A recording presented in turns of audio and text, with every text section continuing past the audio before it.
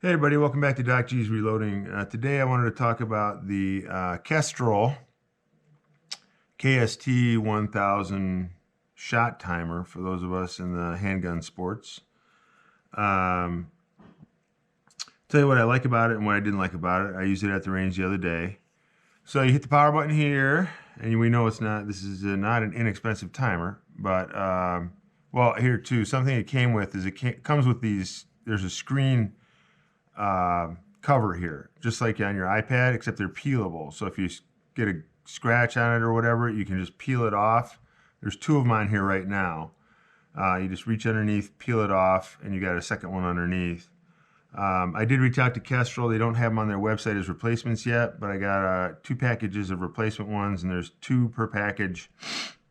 And you stick them on, and then you've got 2 there that you go through. And once you go through the 2, then you put another package on. They don't have on their website yet. They will. I also talked to Kestrel about connecting this. I thought about this years ago when I first started handguns. I said, gosh, I wish I had a timer that connected to software that I could then look at and download into a Word document or PDF or whatever, and then look at my trends and analyze how I'm shooting different stages and be able to put into the software, hey, I'm shooting 3 targets at 10 yards, spaced 3 yards apart or whatever. Or I'm just doing draws or whatever. So that they say that they're going to be able to connect this to practice score eventually. That of course they don't have a timeline for that, but that's what they're planning on doing since this does have Bluetooth on it, and this will connect to your tablets at your events. That if you're at a USPSA major event, they have the timers that connect to the actual iPad or tablet or whatever. And this retails for about $300. And you press your power button down here. This is your power button. So we'll just look at the buttons real quick. So you got your go button here. This is your button to start it. You got a backlight button here. This is your button for right there. That's your button for getting into the setup area. This is your review button up here. So if you want to review the screen, and we'll go over that. And then you have these buttons here, which are, allow you to go forward or backward, and then your enter one here. And then this is your power button here. So we're going to hit the power button, try to get it so that it's not so glary there so that you guys can see it. There we go. So you hit the power button, and it comes on Kestrel KST1000, and then it pulls up your screen. I'm not going to get into all the submenus right now and all that other stuff. But if you do go to setup here, you can see that this one here is set up. So I can get that right in front of you there.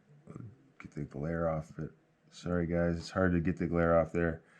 But anyway, this one is set up for dry fire. You can see it says up there number 6 dry fire. It's preset 2 on mine is what I set it up as.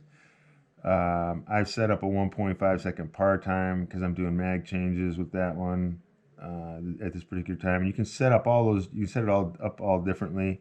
And if you scroll through here, if I go to preset 1,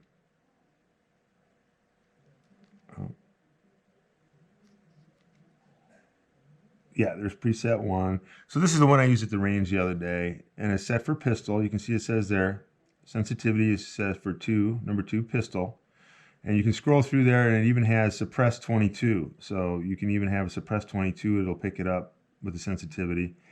And then I have a start delay of 2.5 to 3.5 seconds because I want it to be random. So I don't know when I hit the button, it goes off. And then the buzzer volume here is high. I have no par time set. And then this is for when I'm at the range live. So, but you get all of those different menus, and you exit out of the menu just by hitting that button. So this is the screen you'll see when you're at the range, and it does connect by Bluetooth to their Kestrel app. All it does is update the software, so really nothing exciting there. Unfortunately, I wish it, like I said, I wish it stored my workout times and everything, but I saved some times from yesterday so we can see them here on the screen. Now, it also has a top view here. Now, this is nice, but I'm going to tell you a couple of drawbacks here. So what I did is I hung this on my mag pouch. Okay, so I have 4 mag pouches along my side. So I hung this off my right side mag pouch here. Okay, on this clip. It's a nice clip. I'll give them that. Hung it off my mag pouch. You can hang it off a belt, off a pocket, off whatever. But then you're looking at it from the top. And if you want to scroll through, after you've done your string, if you want to scroll through anything, you got to use these buttons down here to scroll through it. And you can't see those buttons when it's like this. I mean, it's like this on your belt, and you're looking at it, you know, you're looking at it this way, obviously. And you're reaching out here, you can't see these buttons. So you've got to kind of lean over to see the buttons to make sure you hit the right button to review your times. So this screen is almost useless unless you just want to look at your overall time, like like how long did it take me to shoot that string? Then this screen is useful. Otherwise, not very useful. Now, you do need to know where this button is, your little arrow button, okay? Because what happened was a couple times I pulled this off my belt, off my mag pouch, and it made a little snap like that, and that picked it up as a shot.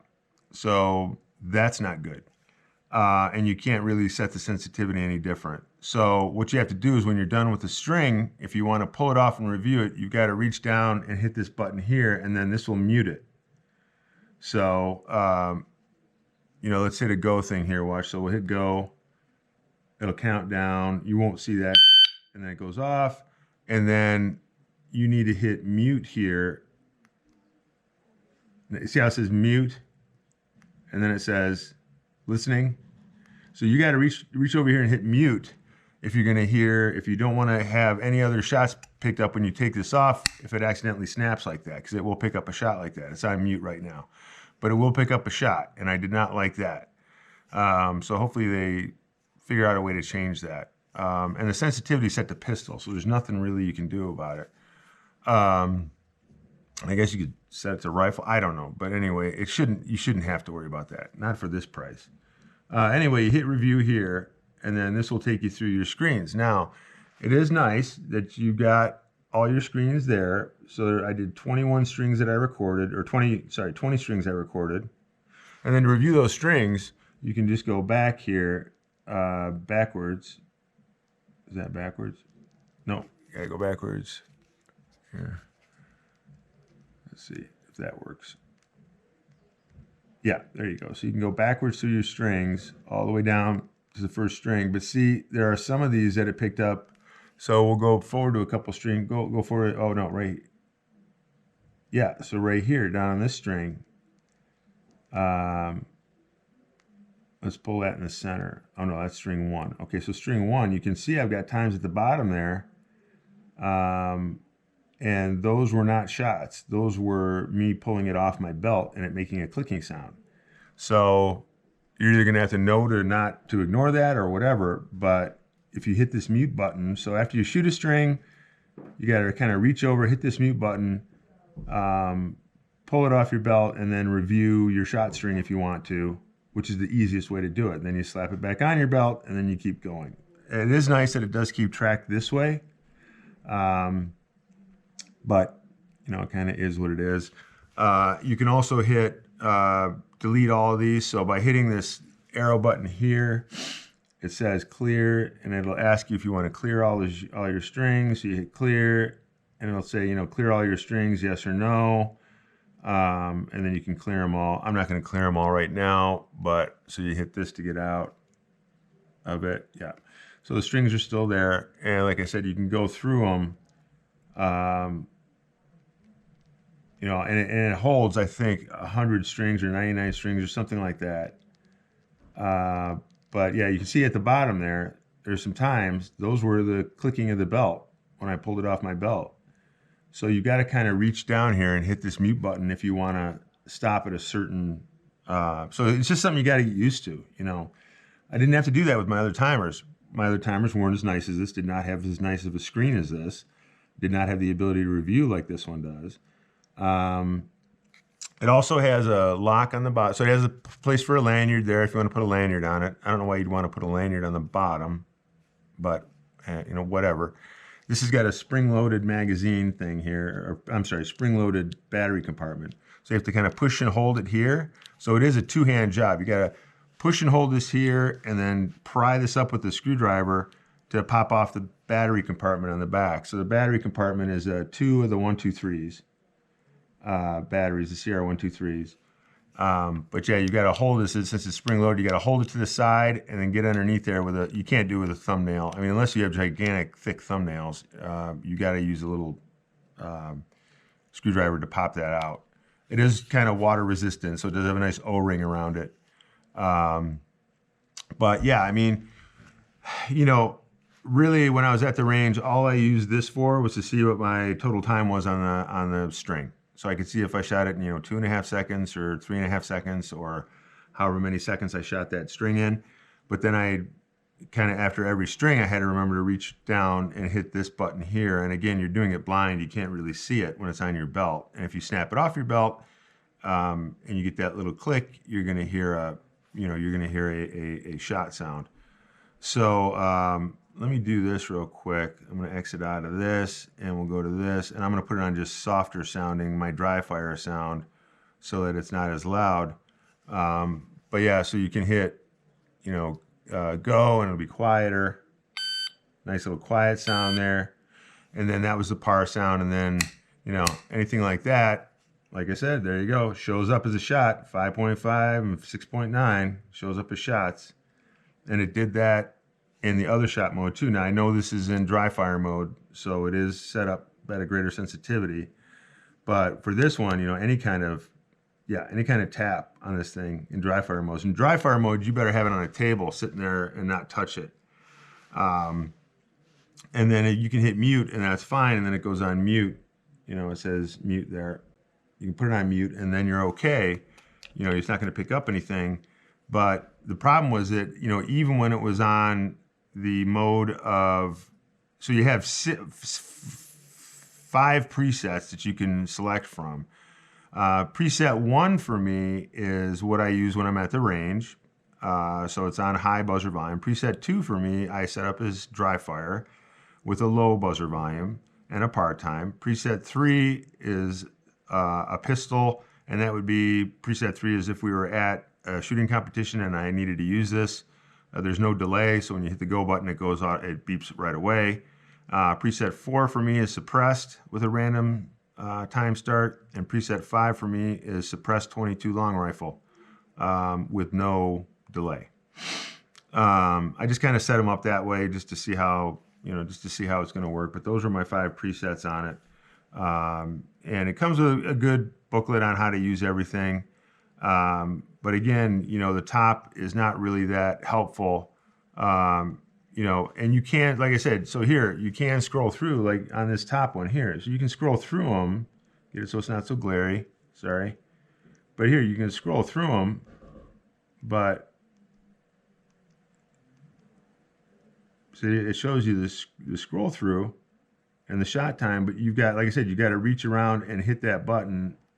And maybe with time, I'll get to know it better, but it shows you what shot number and everything, and your split time and everything.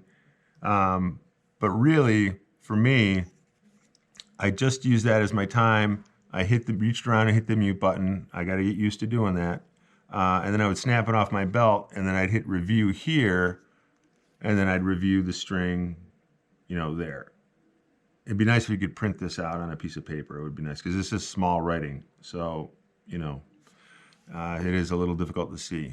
But anyway, that's the Kestrel KST1000, and then to shut it off, it'll keep all your data, so nothing will go away until you clear it. You just press and hold the button for 3 seconds, and it shuts off, and that's it. But it does have a nice belt clip. Other nice features. You have to have a window up here. I get that part. It'd be nice if you could have a button right here to go back and forth, as opposed to having to reach over here, or a mute button here and then up and down buttons to go scroll through, so that right away you could hit the mute button so that you don't catch any other sound of it jiggling on your belt or anything, as opposed to reaching down here and hitting it. So I guess I'd like to see, an up and down button here and a mute button here. But anyway, it is what it is. It's their first iteration of a shot timer. It's not cheap at $300, but it's nice. I'll give you that. It's a lot easier for me to review my shots and strings on this than anything else. So is it the best in the world? No. Would I buy it again? Sorry, the delay. Yeah, I guess I would. But they do have some work to do on it. All right. Thanks again for watching Doc G's Reloading.